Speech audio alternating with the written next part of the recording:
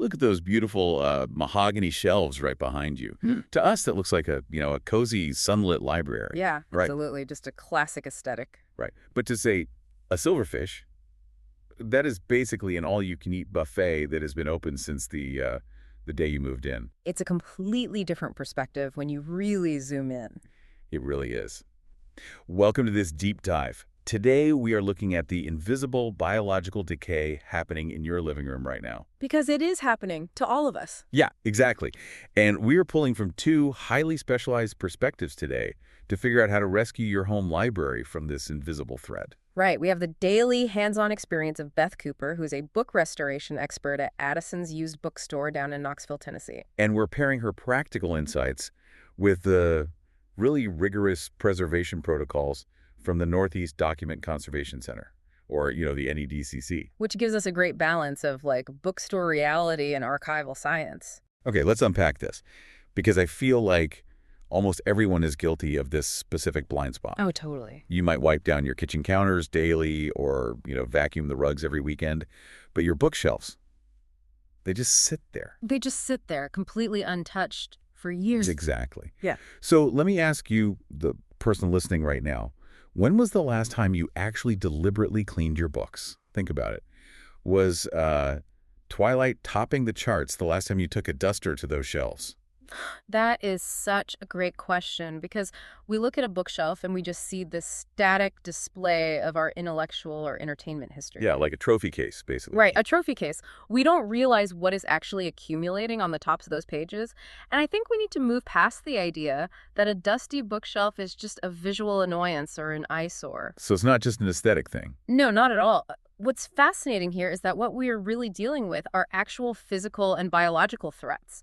Because books aren't just plastic objects, right? They are essentially highly porous organic matter. Okay, organic matter, they're basically made of food. Exactly. The cellulose in the paper and the proteins in the binding glues, they are highly reactive to their environment. So when you introduce a layer of dust into that equation, you are essentially introducing a catalyst for decay. Wow. That shifts the whole perspective for me. Because it isn't just like household dirt sitting passively on top of a hardback. The dust is actively interacting with the materials. It's a very active process, yeah. And dust itself is like a magnet for insects. I mean, the sources point out that silverfish literally eat the starches and carbohydrates found in paper and glue. They are the original bookworms. They really are. And then you have roaches, which are drawn to these neglected, dusty areas, and they leave droppings that cause permanent, unremovable stains on the paper. Which is devastating for a collection. Biologically speaking, it is an unchecked ecosystem. The paper itself is acting as a primary food source for these pests. You're basically spreading out a buffet line right in your living room. You are. And beyond the insects, dust is hygroscopic. Hygroscopic, meaning it absorbs water. Exactly. It actively absorbs and holds moisture from the air. So when a thick layer of dust sits on the top edge of a book, it traps ambient humidity directly against the paper. Oh, wow. So you make a little damp blanket of dust. A damp blanket is the perfect way to put it. And that localized moisture accelerates acid hydrolysis. What is what, exactly? It's the chemical breakdown of the paper fibers. It's the exact process that makes old books turn yellow and brittle over time. Oh, I've always wondered why that happens. Yeah, that degradation is an active process happening the very moment dust is allowed to settle. So you are setting up a microclimate of decay and just ringing the dinner bell for pests, basically saying, come feast on my first editions. It's grim when you put it like that, but yes. So, okay, the logical question is how we intervene to stop this biological buffet from thriving. We need to figure out the frequency of cleaning. Because surprisingly, the sources say you can actually go too far and become a threat to the books yourself. Yes, this is what we call the Goldilocks rule of book preservation. You want the intervention to be just right. Not too much, not too little. So what does the NEDCC say about how often we should be doing this? Well, the NEDCC notes that the frequency of your cleaning is really dictated by the room itself. How quickly the specific area accumulates particulate matter. Sure, like a shelf right next to an open window gets dirtier than one in a closed basement. Exactly. But generally speaking, once a year is plenty for a deep clean. And Beth Cooper's hands-on experience confirms this too. Just once a year? That feels so, I don't know, infrequent. It does, but an annual intervention disrupts the pest ecosystem just enough, and it removes that hygroscopic dust layer before it can severely degrade the cellulose. Wait, so being too clean is actually a hazard. How do we know when our good intentions are, like, literally rubbing away a book's lifespan? It's tricky because it goes against our instinct that a cleaner home is always a better home. But preservation is entirely about balancing intervention with benign neglect. Benign neglect. I like that phrase. Yeah. Think of a book, especially an older one, or one bound in leather, as a very delicate aging skin. Okay, tracking with you. Leather bindings suffer from a condition called red rot, where the collagen structure breaks down and the material literally turns to powder. Oh, man, I've seen that at used bookstores. You touch an old book and your hands get all rusty looking. Exactly, that's red rot. So every time you clean a book, you apply friction. You introduce mechanical stress to an object whose structural integrity is already fighting against time. So if you overclean, that repetitive friction accelerates the physical breakdown of the brittle paper or the flaking leather. Precisely. You are destroying the material simply by handling it too much. So it's really about not loving your library to death. Exactly. Which means for that once-a-year deep clean, just leaving the books on the shelf and swiping a feather duster over the whole row isn't going to cut it, right? No, not at all. For a proper intervention, the shelves must be entirely emptied. Every single book comes off. Every single one. Complete removal allows you to address the shelving material itself. You clean wood or metal shelves with their appropriate cleaners, but the crucial mechanism here is drying. Okay, why is drying so critical? You must allow those shelves to dry completely before a single book returns. If you place a dry, porous paper object onto a damp wooden shelf, the paper will immediately wick that moisture up into the text block. Oh, so you're basically bypassing the dust entirely and injecting water directly into the book's structural core. Right, which, as we'll get into, is disastrous. And, while those shelves are drying out and you have this mountain of books piled on your floor, it is the absolute perfect time to make a donation pile. It really is, because you are physically touching every single book in your collection. Right, it's a very practical moment of triage. You can assess its condition and decide if it actually earns its real estate back on that nice, clean shelf. A little shelf audit never hurts. It's so true. So now that we have the books off the shelf, let's look at the exact mechanics of handling the delicate physical object of the book itself once it's in your hands. The technique for removing the dust is highly specific. You use a soft brush, and the motion is critical. You whisk in one direction only. One direction, never back and forth. Never back and forth. You start on the top of the book, which obviously accumulates the most dust. Then you move down the spine and the back. That is so counterintuitive to how we normally clean. I mean, our immediate instinct is to scrub back and forth to get the dirt off. Right, but the reasoning behind the one-direction whisking is rooted in the physical structure of paper. I mean, paper is not perfectly smooth.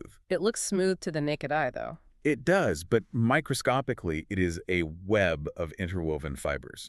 So if you brush back and forth, you aren't actually removing the dust. You're just grinding the microscopic dirt particles deeper into the porous gaps between those fibers. Oh, you're embedding the dirt into the page. Exactly. A single directional sweep lifts the particulate matter and carries it off the object entirely. And there's also this lovely detail in the sources where you lightly ruffle or flip through the pages. That frees any loose dust mites or stuck items that might be trapped deep inside the page block, right? Yes, getting them out before they can settle and do real damage. Here's where it gets really interesting, though. We get a fascinating divergence in the best tools for the job. We do, and it really raises an important question about institutional guidelines versus hands-on experience. The NEDCC recommends using HEPA vacuums with soft brush attachments or magnetic cloths. But Beth Cooper, our bookseller, who handles thousands of used texts daily, prefers skipping the vacuum entirely. She does. She warns that it is far too easy to accidentally scratch or dent the cover. Right, so let's break that down. A HEPA filter that's high-efficiency particulate air. It works by forcing air through a fine mesh that traps microscopic dust mites and mold spores. Which is great because a standard vacuum just blasts those invisible spores right back out the exhaust and into the room. So from an archival perspective, capturing the dust completely makes perfect sense. But Beth Cooper is highlighting the tactical reality of the suction itself in a normal home. I mean, using a vacuum nozzle on a closed paperback is kind of like trying to vacuum a deck of cards. That is a brilliant analogy. Thanks. The suction doesn't just pull the dust. It aggressively pulls at the tight structural gaps between the pages. It risks warping the spine or tearing the delicate edges. You're bringing heavy machinery to a microscopic operation. Exactly. It's like using an industrial leaf blower on a delicate indoor houseplant. Sure, it'll get the dust off the leaves, but the collateral damage just isn't worth it. Yes, the leaf blower analogy is spot on. The mechanical force of a vacuum simply leaves too high a margin for error in a home setting. A slight slip of the plastic nozzle and you permanently dent a hardcover. And even the NEDCC does acknowledge the limits of certain modern tools. Like the magnetic cloths. Right. They explicitly warn against using magnetic cloths on books with deckled edges. Those are those rough, untrimmed, feathery edges on the page. Oh, I love the look of deckled edges. They're beautiful, but the uneven paper fibers will snag the cloth, and the friction will just push the dirt deeper into the texture of the page. Okay, so a soft brush handles the loose spores and dust mites perfectly. Yeah. But what happens when that organic matter has already bonded with the paper fibers? You mean embedded grime? Yeah, bedded grime or heavy scuff marks that a brush just glides right over. You obviously can't use a damp cloth, which brings us to the ironclad dry clean only rule. This is a huge point. Moisture is the ultimate enemy of the book's structural integrity. You can never use moisture on paperbacks, hardcovers, or leather bindings. So that means banning substances like Windex entirely. Completely banned. It also means keeping leather shoe cleaner away from leather books. Which sounds so tempting. If it makes leather shoes look great, why not a leather book? Because shoe polish is engineered to protect footwear from entirely different environmental stressors. The chemical composition will severely damage a fragile book binding over time. So keep the shoe polish in the closet, folks. But if liquid is banned, Beth Cooper offers a solution that is incredibly visually striking. Yes, this is my favorite tip from her. You go to an art supply store, buy a white art eraser, and you grate it finely. She actually compares it to creating a zest. Like a lemon zest. Yeah. You sprinkle this eraser zest over the stain, rub it gently in tiny circles, and then dust the residue away. It's so clever. And if we connect this to the bigger picture, the science of why this works and why water fails comes down to hydrogen bonds. Okay, break that down for me. The cellulose fibers in paper are locked together by hydrogen bonds.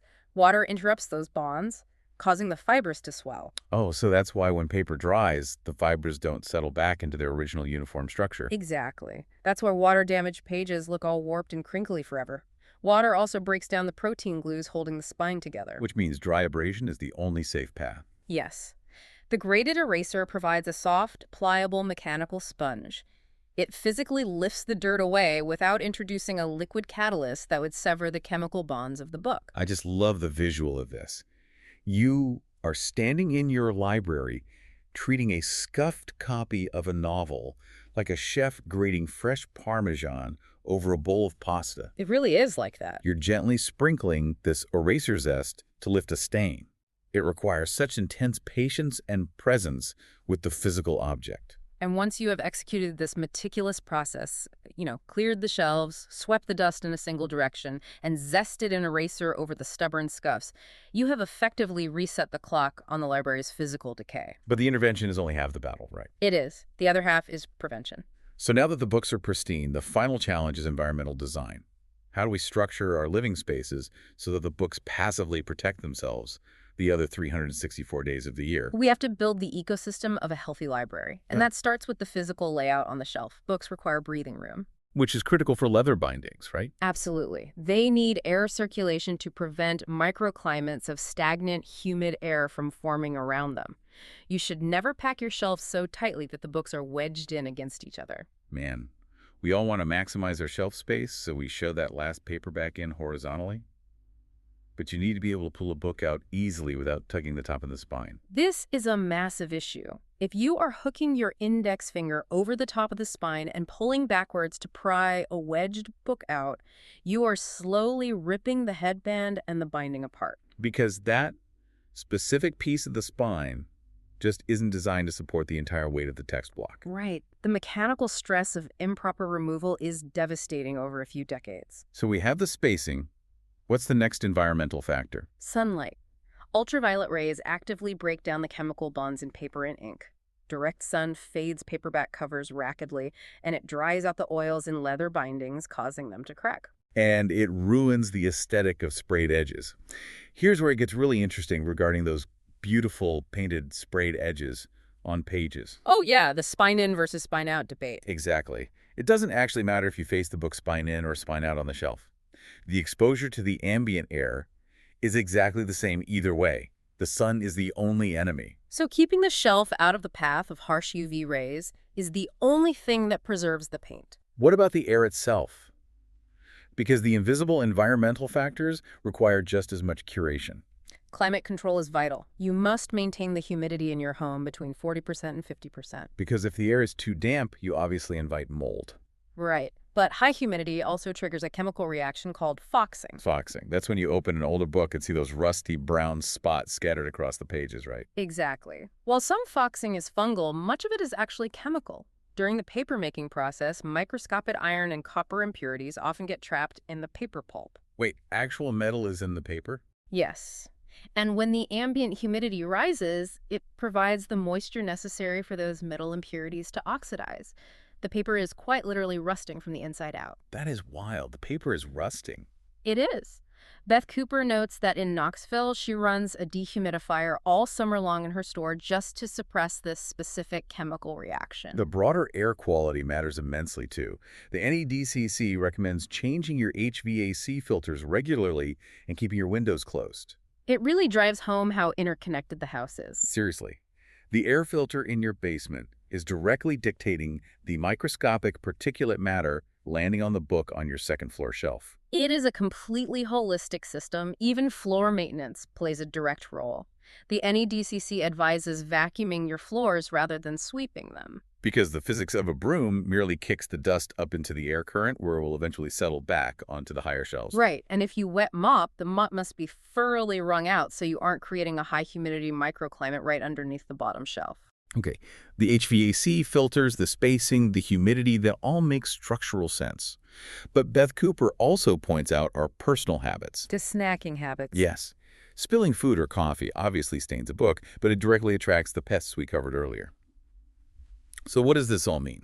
Do I really have to sacrifice my sacred ritual of reading a paperback while eating lunch? I mean, it is the harsh reality of introducing biological attractants to a highly reactive organic material. A coffee ring isn't just a discoloration. It's not. No, it deposits sugars, acids, and organic compounds deep into the cellulose fibers. A crumb dropped into the gutter of a tightly bound book is quite literally a sustained food source. You are seeding the library ecosystem with concentrated nutrients. Exactly. Oh, man. The very act of having a cozy cup of coffee while reading a physical book sets a ticking time bomb for insect damage. I might actually have to concede defeat on this one and switch to a wipe-downable tablet for my lunch breaks just to keep the physical library safe.